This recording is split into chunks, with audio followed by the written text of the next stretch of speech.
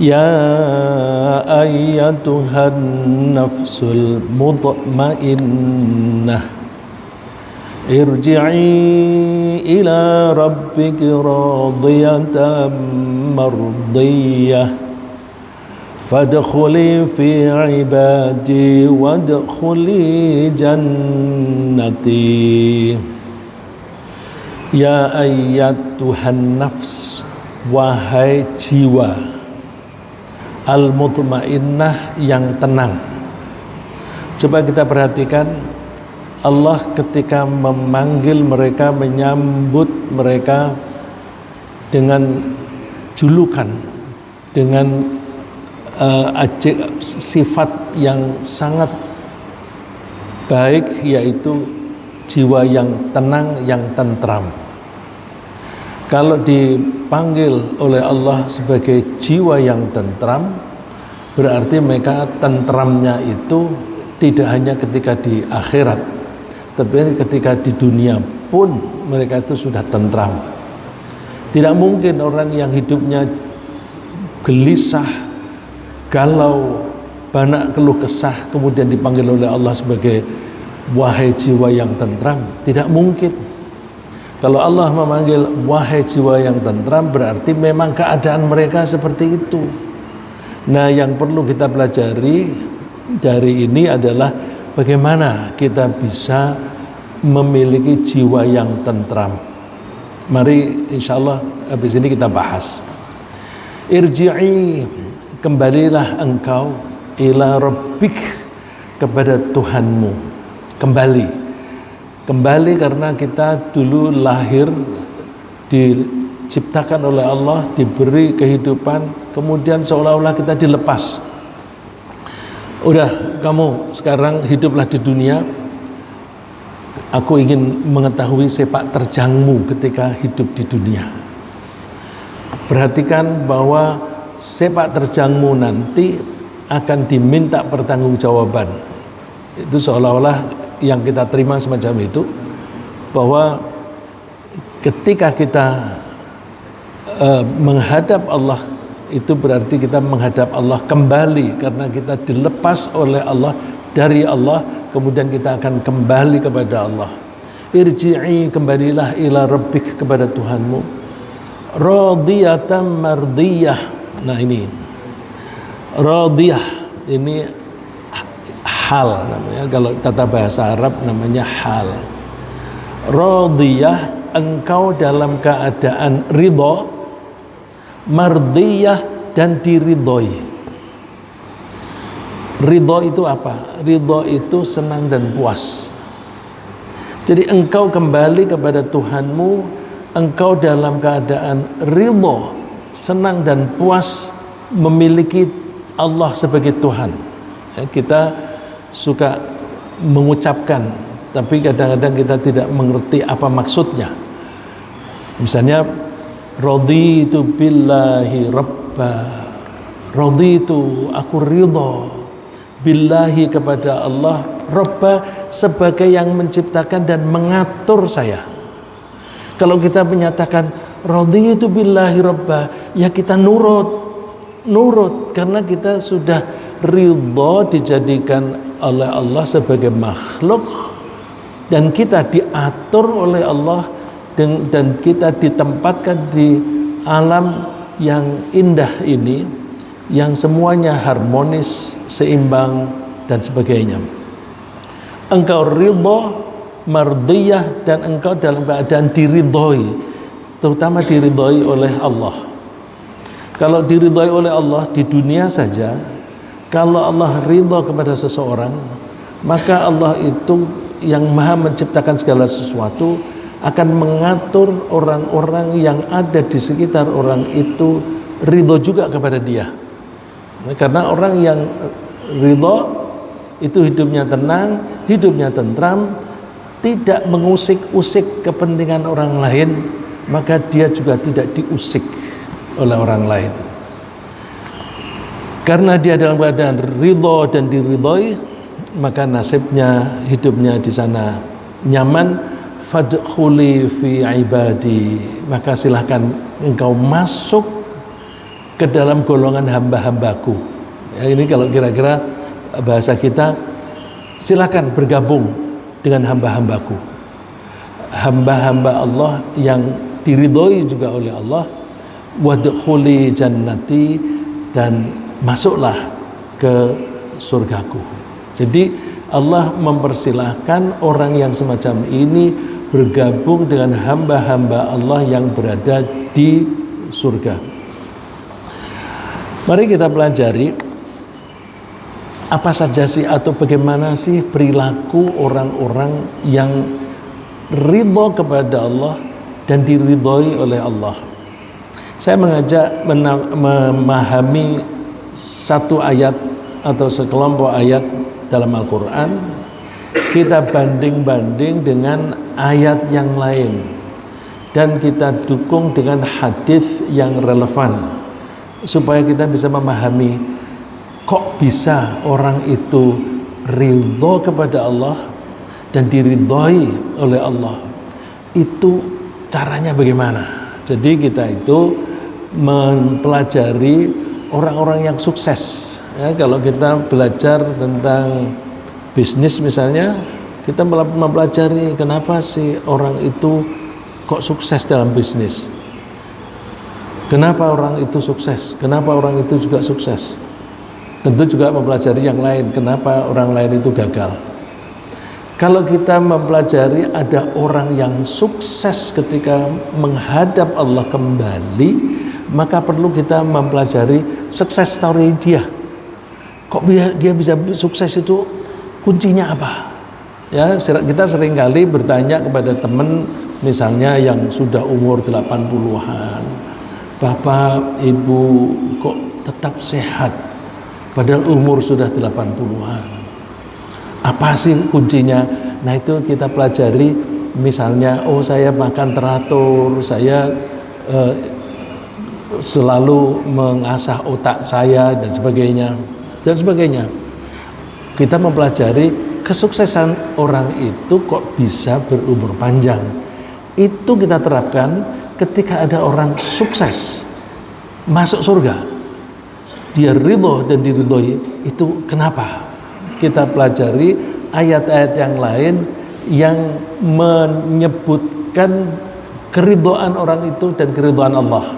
Ya, antara lain misalnya jazaa'uhum 'inda rabbihim jannatu 'adnin tajri min tahtihal anharu khalidina fiha abada. Ini kesuksesan mereka. Balasan mereka menurut Tuhan mereka adalah surga Aden yang di bawahnya mengalir sungai-sungai. Mereka kekal di sana dan abadi. Khalidina, orang-orangnya itu kekal, abadan, waktunya berlangsung tanpa batas. Kok bisa mereka itu sukses seperti itu? Kenapa? Nah, radhiyallahu anhum wa radu anhu. Ini kalau yang di ayat tadi radhiyatam mardiyah. Radhiyallahu anhum, Allah ridha kepada mereka. Kalau Allah ridha kepada mereka berarti mereka diridhoi. Nah, ini yang di ayat yang tadi mardiyah. Wa radu anhu, dan mereka ridha kepada Allah. Ini yang di ayat yang tadi radiyah. Ya. Radhiyallahu anhum sama dengan mardiyah, wa radu anhu sama dengan radiyah. Kuncinya di mana? Dzalika liman khasyya rabbah. Itu nasib bagi orang yang takut kepada Tuhannya. Yang takut kepada Tuhannya. Ini kita pegang. Oh, kita kalau mau meniru kesuksesan mereka, kita mesti takut kepada Allah. Oh, takut kepada Allah itu gimana? Takut kepada Allah itu tidak sama dengan takut kepada harimau. Tidak sama dengan takut kepada ular. Kalau kita takut pada harimau, kita lari menjauh. Tapi kalau takut kepada Allah itu justru mendekat. Kok bisa? Logikanya gimana? Kalau kita itu senang, mendekat. Tapi kalau kita takut, kita menjauh. Karena kalau takut itu kita khawatir kena imbas buruknya dari orang atau pihak itu. Dia kalau takut kepada Allah gimana? Ini perlu kita pelajari, kenapa orang yang makin takut kepada Allah itu makin ingin mendekat Allah.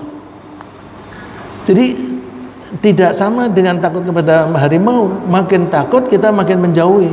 Tapi kalau kepada Allah, makin takut kita makin mendekat. Nah, karena ketakutan kepada Allah itu refleksi atau imbas dari cinta kita kepada Allah. Justru karena kita cinta kepada Allah, makin besar cinta kita, makin kuat cinta kita kepada Allah, kita makin takut. Kita bisa mempelajari perilaku kita sehari-hari. Seorang laki-laki yang saking takut, saking cintanya kepada istrinya, dia takut kehilangan. Karena takut kehilangan, istrinya minta apa saja dituruti. Istrinya minta diantar jam 1 malam, jam setengah 2 pagi, ngantuk-ngantuknya dibangunin, ayo aku diantar, langsung berangkat. Kenapa? Kok kamu menurut saja? Iya, karena kalau aku tidak mengantar nanti dia diantar oleh orang lain. Kalau diantar orang lain nanti diambil orang lain, aku kehilangan dia. Ya, kalimat ini pernah saya dengar dari seseorang.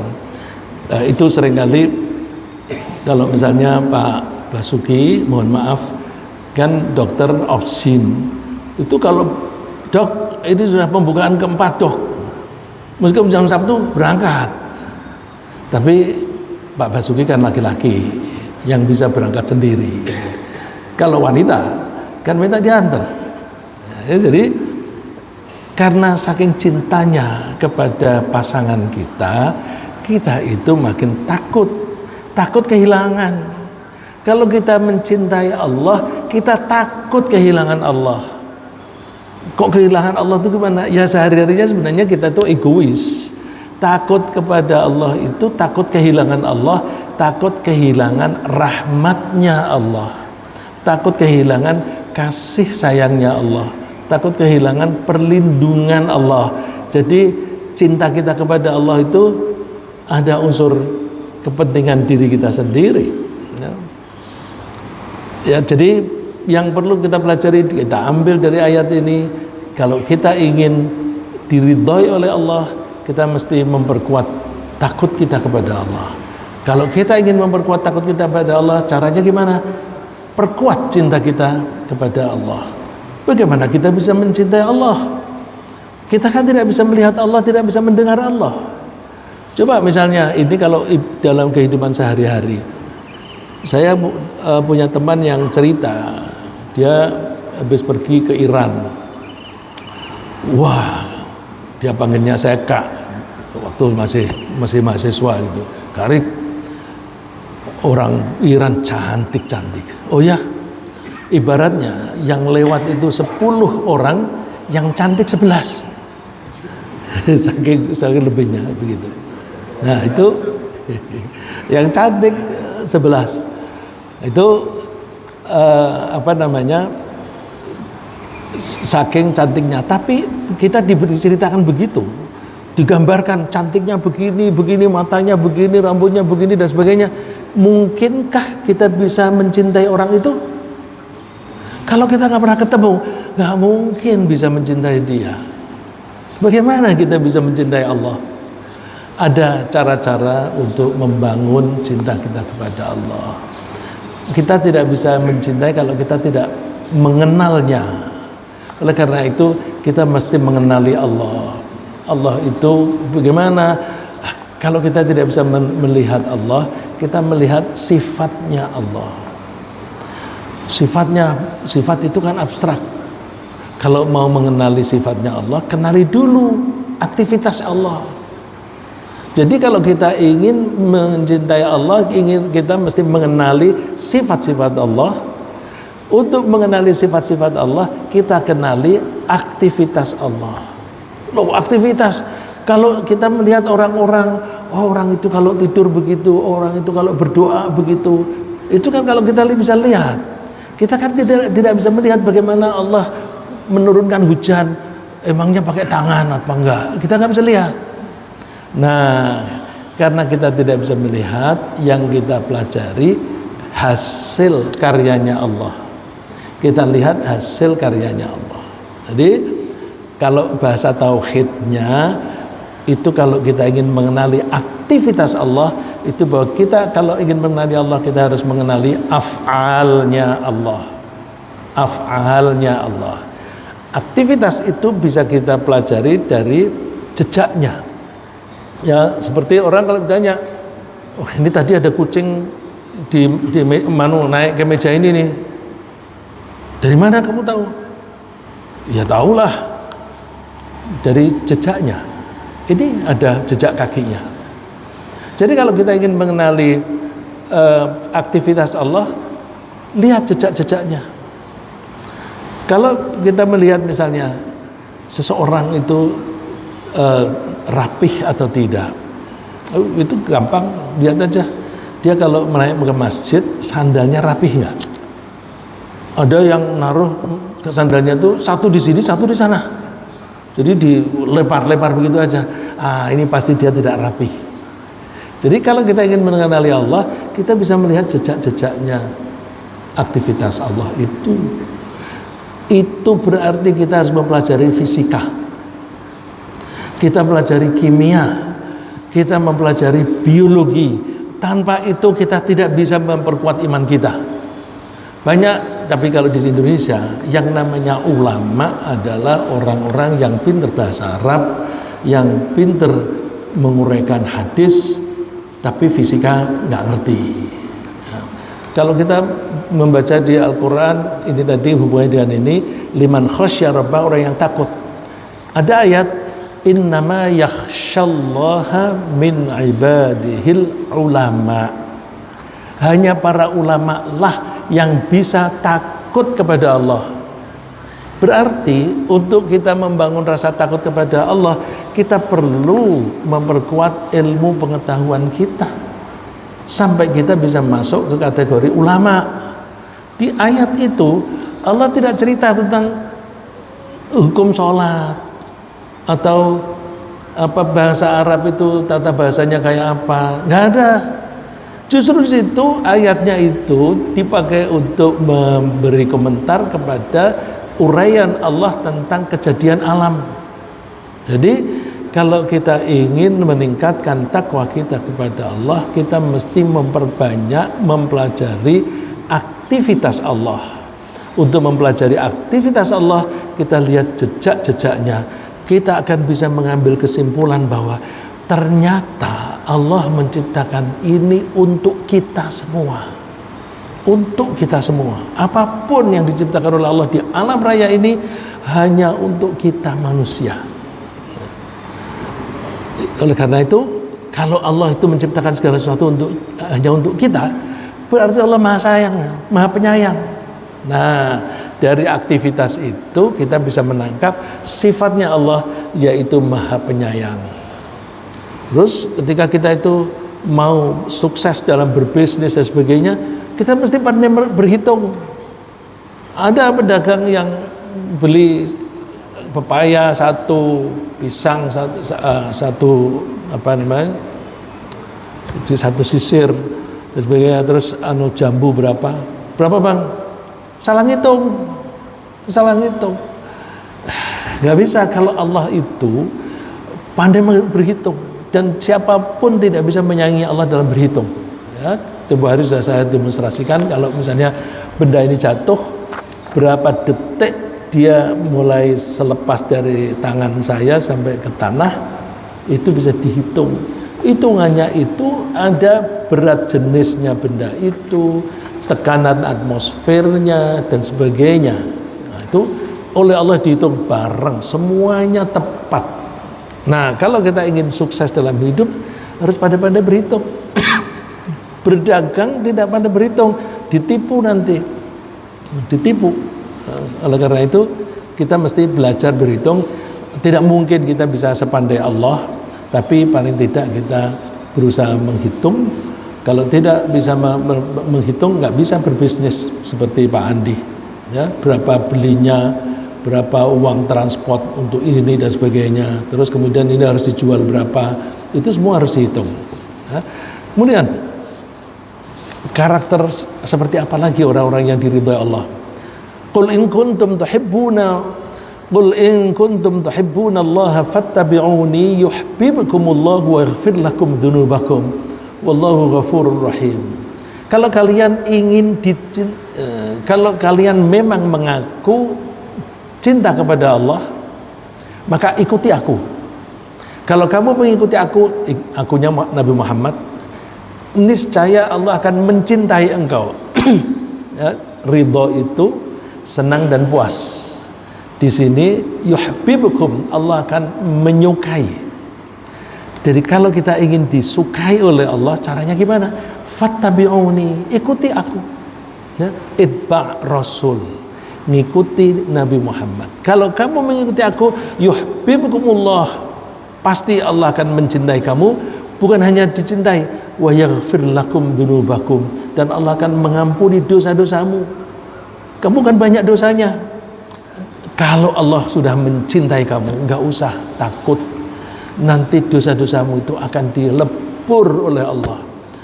Bahkan ada kemungkinan dosa-dosamu itu dianggap sebagai kebaikan. Kok bisa sih dosa dianggap kebaikan? Dosa itu kan kadang-kadang kita itu melakukan kesalahan karena tidak sengaja. Ya, karena tidak sengaja, tapi niat kita baik. Niat kita baik, tapi kita teknisnya mungkin kurang pas, akibatnya menjadi buruk. Itu Allah mengampuni.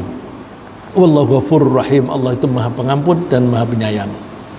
Jadi nomor satu, takut kepada Allah. Kedua, mengikuti jejak Nabi. Berikutnya, mengikuti jejak para pendahulu kita, yaitu para sahabat, baik sahabat muhajirin maupun sahabat ansor dan sahabat tabi'in. Was-sabiquna al-awwaluna minal muhajirin wal ansor, dan orang-orang yang terdahulu, yang awal-awal dulu, yaitu orang-orang muhajirin dan ansor. Walladzina tabauhum biihsan, dan juga para pengikut-pengikut mereka.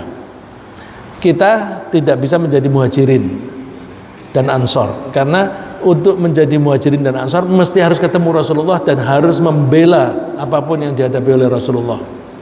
Kita bisa mengambil posisi yang walladzina tabauhum biihsan, orang-orang yang mengikuti para sahabat muhajirin dan ansor, mengikuti kebaikan-kebaikan mereka.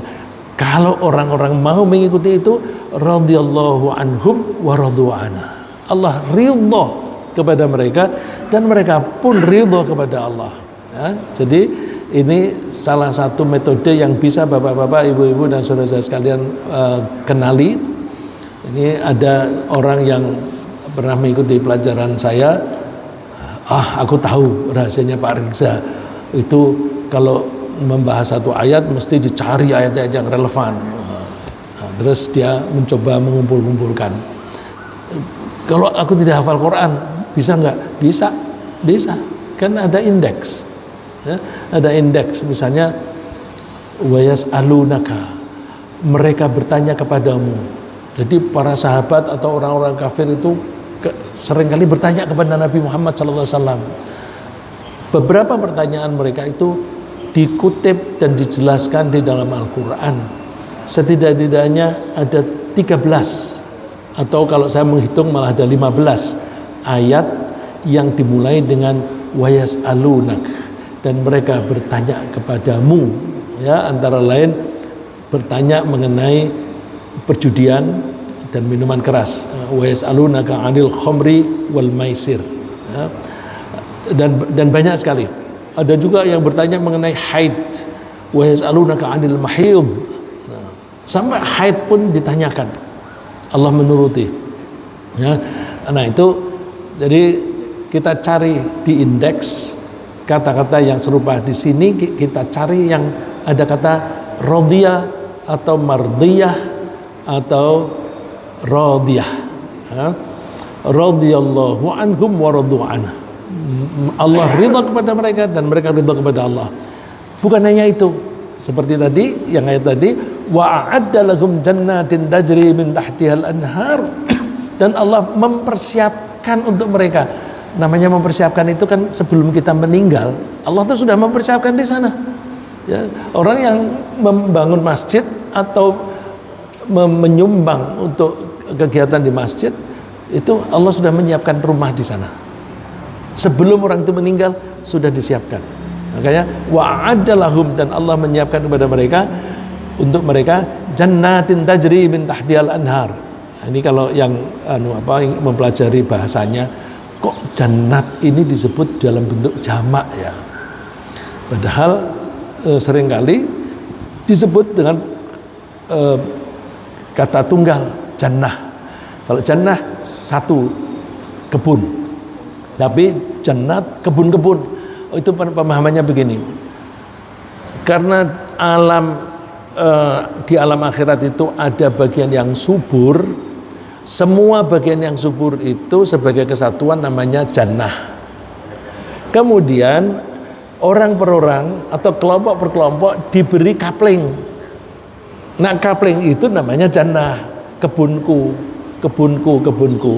Jadi kalau disebut dalam bentuk jamak, jannat, itu artinya kita masing-masing nanti akan dapat kapling-kapling di surga. Tajri min tahtihal anhar khalidina fiha abada, seperti di yang ayat yang tadi ya. Kemudian kesuksesan mereka itu sebabnya apa? Antara lain karena mereka mau bersedekah. Wa mathalul ladzina yunfiquna amwalahum ibtigha'a mardatillahi wa tathbitan min anfusihim kamathali jannatin birabwatin asabaha wabilun fa'atat ukulaha dhi'afain.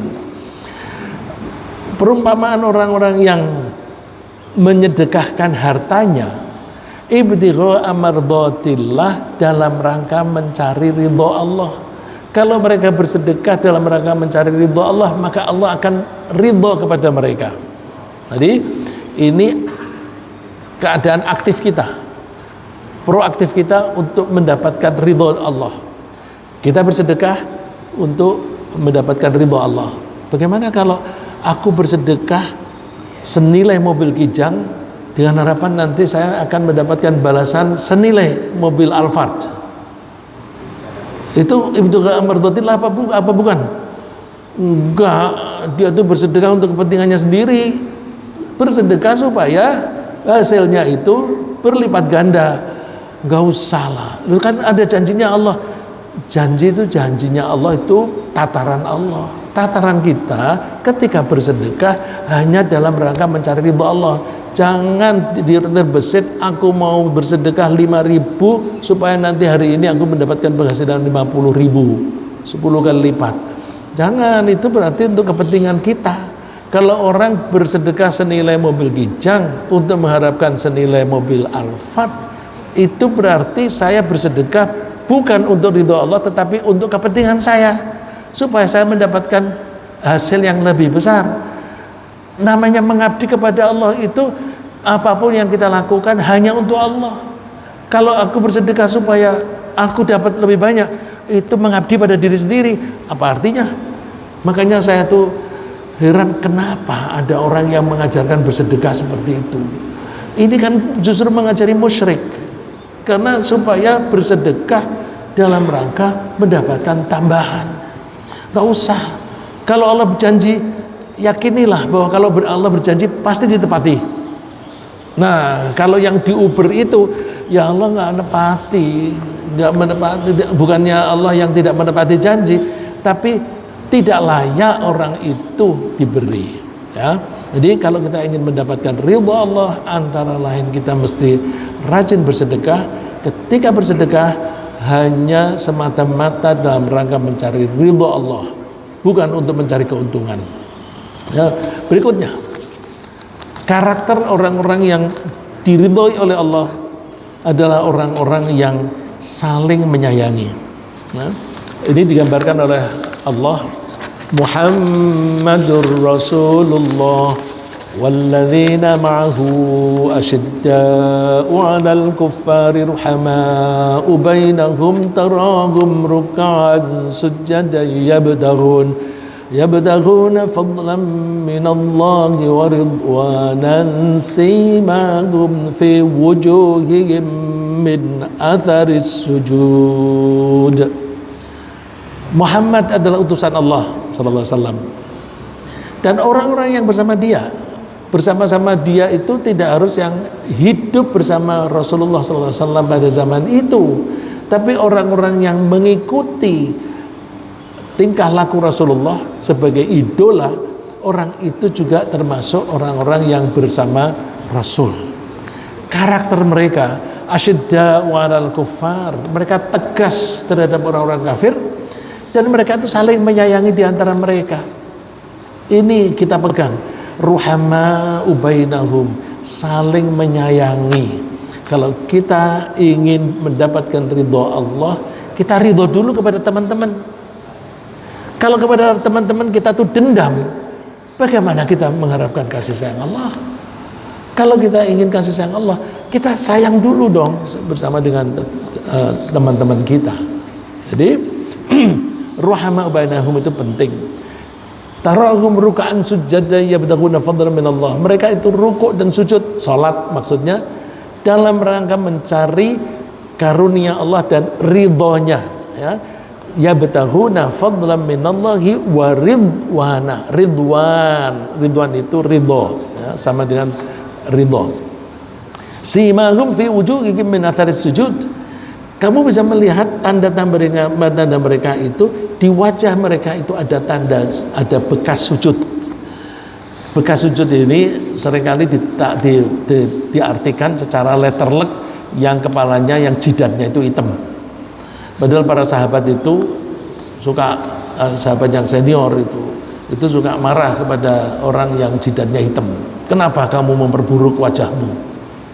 Jadi tandanya itu bukan jidat yang hitam, tapi di sini tanda kejiwaan, ya, bekas yang sifatnya kejiwaan. Apa itu? Ruhama tadi. Orang yang rajin sholat, ketika sholat itu menghormati Allah, merendahkan diri, saking merendahkan dirinya sampai kita rela wajah kita taruh di tempat yang paling bawah, tidak bisa lebih rendah daripada tanah atau lantai ini. Jadi hormatnya kepada Allah itu optimal, maksimal, itu membekas sampai ke perilakunya. Orang itu menjadi ramah, santun kepada orang lain. Kalau ada orang rajin sholat tapi suka marah-marah, itu sholatnya tidak membekas, ya, sholatnya tidak membekas. Orang yang sholatnya membekas itu saling menyayangi. Nah, ini kalau orang yang suka berantem, suka berdebat di antara sesama muslim, itu jangan-jangan itu bukan karena kasih sayang, tapi karena ingin menonjol, kepengen dianggap lebih pintar dan sebagainya. Lagi, termasuk sifat mereka, karakter orang-orang yang diridhoi oleh Allah adalah mereka itu bekerja keras dalam rangka mencari ridho Allah, ya. Alladzina amanu wa hajaru wa jahadu fi sabilillah. Orang yang beriman dan hijrah dan berjihad. Beriman, kita insyaallah paham semuanya. Beriman itu mempercayai Allah dengan penuh keyakinan, ada dengan penuh keyakinan, ya. Wa hajaru dan hijrah. Hijrah itu kalau menurut Rasulullah SAW setelah Fathu Makkah tidak ada lagi kewajiban hijrah. Yang ada niat dan jihad, ya. Yang ada niat dan jihad. Niat itu tujuannya, jihad itu kerja keras. Wajahdu fisabilillah, mereka bekerja keras di jalan Allah. Bekerja keras di jalan Allah itu tidak harus perang. Perang itu kalau kita sudah terpaksa baru kita perang, karena Allah melarang kita mencari musuh, ya. Jangan kamu mencari musuh. Jadi berarti kita jangan lalu orang-orang damai begitu kemudian ngebom sana ngebom sini, ngebom di mall, enggak itu tidak pada tempatnya, karena kita tidak boleh mencari musuh. Perang itu hanya kalau kita itu diperangi, kita terpaksa membela diri, ya. Jadi jihad itu adalah bekerja keras dalam rangka melaksanakan kegiatan-kegiatan di jalan Allah, termasuk sholat. Sholat 5 kali itu tidak gampang ya. Buktinya banyak orang yang tidak sanggup sholat 5 kali sehari. Ada yang sama sekali tidak sholat, ada yang sholatnya hanya maghrib saja, atau ada juga yang sholatnya hanya Jumat saja, ada juga yang sholatnya hanya sholat Id saja ya. Itu berarti sholat 5 kali sehari itu butuh jihad. Nah, ketika berjihad itu, bekerja keras itu, mereka bersedia mengeluarkan harta dan seluruh energi yang ada pada dia, bi amwalihim wa anfusihim. Nah, lalu di bagian akhir, yubashshiruhum rabbuhum birahmatin minhu wa ridwan. Allah menyenangkan mereka dengan memberi mereka itu kasih sayangnya dan keridhoannya. Kata kunci di sini ridwan. Kemudian ujung-ujungnya jannatil lahum fiha na'imun muqim. Ujung-ujungnya surga lagi ya. Jadi kalau begitu kita perlu mencari surga enggak? Surga itu hanya hanya by product. Surga itu hanya produk sampingan. Kalau produk sampingan nggak usah kita cari. Ya kita cari ridho Allah. Kalau Allah ridho pasti surga. Ya, tadi ayat-ayat yang sudah kita baca, kalau ada ridho nanti ada surga. Kemudian bersyukur kepada Allah. Apapun yang terjadi pada kita mesti bersyukur. Coba perhatikan ini Nabi Sulaiman. Oh, ini seperti doanya Nabi Sulaiman ya, tetapi ini doanya serupa, cuma akhirnya berbeda. Doanya gini, qala rabbi auzi'ni an ashkura ni'mataka allati an'amta 'alayya wa 'ala walidayya. Tuhan, tunjukilah aku bagaimana aku supaya mensyukuri kenikmatanmu yang telah Engkau berikan kepadaku. Kita tuh sampai mengatakan, ya Allah, bagaimana aku ini bisa bersyukur kepada Allah dengan baik. Orang yang mengatakan begini adalah orang-orang yang menyadari bahwa kenikmatan yang diberikan oleh Allah itu begitu banyak, saking banyaknya kita nggak mungkin bersyukur setingkat atau sebanyak kenikmatan yang diberikan oleh Allah. Coba kalau kita mau menghitung kenikmatan yang diberikan oleh Allah kita saat ini di mata kita saja, mata. Kenikmatan ada di mata itu, alhamdulillah kornea mata saya baik. Alhamdulillah si saraf mata saya baik. Alhamdulillah otot mata saya baik. Kalau otot ada salah satu yang tidak bekerja dengan baik, bisa jareng ya, dan sebagainya. Alhamdulillah pembuluh darah saya yang menuju kepada mata saya semua berjalan dengan baik. Wah, itu baru kita membahas mata saja banyak sekali. Nanti darah, alhamdulillah darah yang dibawa oleh darah yang mensuplai mata itu membawa oksigen yang cukup sehingga ada energi yang cukup yang menggerakkan mata saya. Jadi masya Allah, kenikmatan Allah itu begitu banyak, tapi kita mensyukurinya. Terima kasih Allah Engkau memberi kesehatan, borongan, tapi nggak dirinci. Padahal Allah memberi kita rincian, ya. Allah memberi kita tuh rincian. Oleh karena itu berdoanya, Tuhan, bagaimana aku bisa bersyukur kepadamu dengan baik. Ya, kalau ada orang misalnya teman kita dikit-dikit memberi, terus kita sedang butuh, kita nggak usah minta, dia udah tahu kebutuhan kita diberi. Kita tuh, aduh kamu baik sekali sih, aku nggak tahu deh bagaimana berterima kasih kepadamu. Manusia yang pemberiannya itu terbatas, kita saja sudah bisa ngomong begitu. Aduh, aku nggak tahu deh bagaimana cara berterima kasih kepadamu. Kepada Allah juga begitu. Ya Allah, aku tidak tahu bagaimana berterima kasih kepadamu. Padahal Engkau mengatakan kalau kami bersyukur Engkau tambah. Kalau kami tidak bersyukur Engkau akan memberi siksa. Dari kenikmatan yang 1000, saya tuh paling bersyukur hanya 1 atau 2. Berarti jauh lebih banyak yang saya tidak bersyukur. Maka berarti saya ini kurang bersyukur kepadamu. Ampunilah aku. Makanya Allah mengajari kalau kita bersyukur termasuk membaca istighfar, ya, fasabbih bihamdi rabbika wastaghfir. Jadi termasuk beristighfar, ya Allah ampunilah saya tidak bisa bersyukur yang maksimal. Nah, ringkasnya Pokoknya kita punya komitmen supaya kita dapat ridho Allah. Apapun yang ada pada saya, baik itu kekuatan saya, kecerdasan saya, harta saya, semua saya serahkan kepada Allah dengan harapan kita mendapatkan tukar kembali ridhonya Allah. Wa minan nasi may yashri nafsahu bitigha mardatillah. Ini kalau bahasa letterleknya, di antara manusia ada orang yang menjual dirinya. Ya, bahasa letternya yashri, menjual. Tapi diartikan menukar, karena kalau kita menjual itu kan kita dapat tukar. Menjual kita kemudian dapat dibayar. Nah, ada tukar menukar. Jadi tijarah, perdagangan, trade itu tukar menukar. Ya. Jadi kalau misalnya perang itu trading bombs, ya, dua pihak itu saling menukar bom. Gitu. Nah ini orang yang pokoknya hidupku semuanya hanya untuk Allah, untuk mencari ridha Allah, ibtigha mardatillah.